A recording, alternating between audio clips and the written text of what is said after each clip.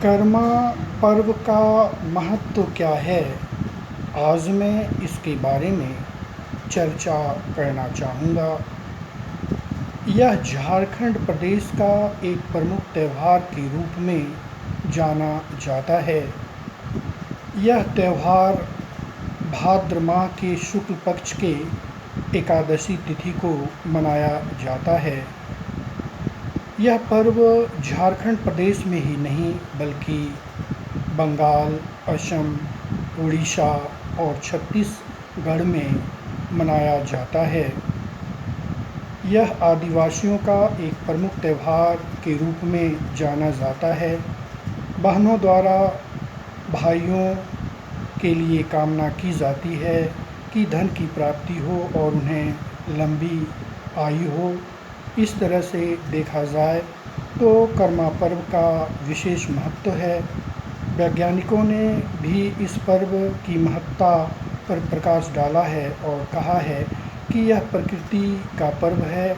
और देखा जाए तो इसके बारे में कहा जाता है कि जब धान की रोपाई हो जाती है तब इस पर्व को मनाया जाता है।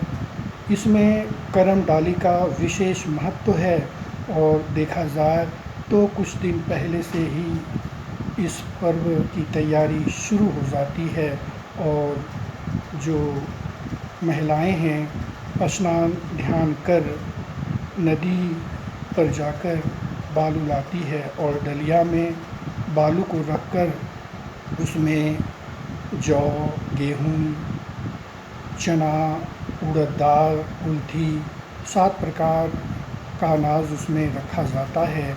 और जब भाद्र एकादशी आता है तो उसमें से एक प्रकार का कली निकलता है और उससे पूजा की जाती है और करम डाली को लाकर पूजा की जाती है और अपने भाइयों के लिए कामना करती है कि उन्हें धन की प्राप्ति और लंबी उम्र की प्राप्ति हो।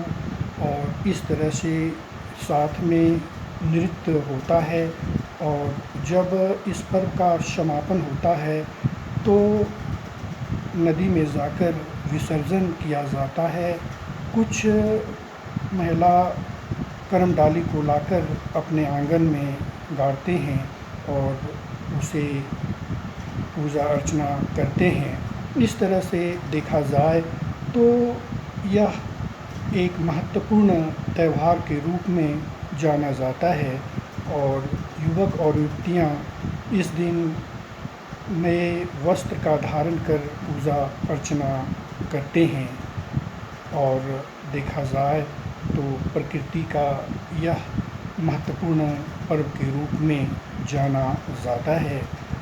देखा जा रहा है कि आजकल आदिवासियों के अतिरिक्त और भी जो सामान्य जाति के लोग हैं इस पर्व को साथ में मिलकर मनाते हैं। इसलिए जितना भी इस पर्व के बारे में कहा जाए उतना कम है।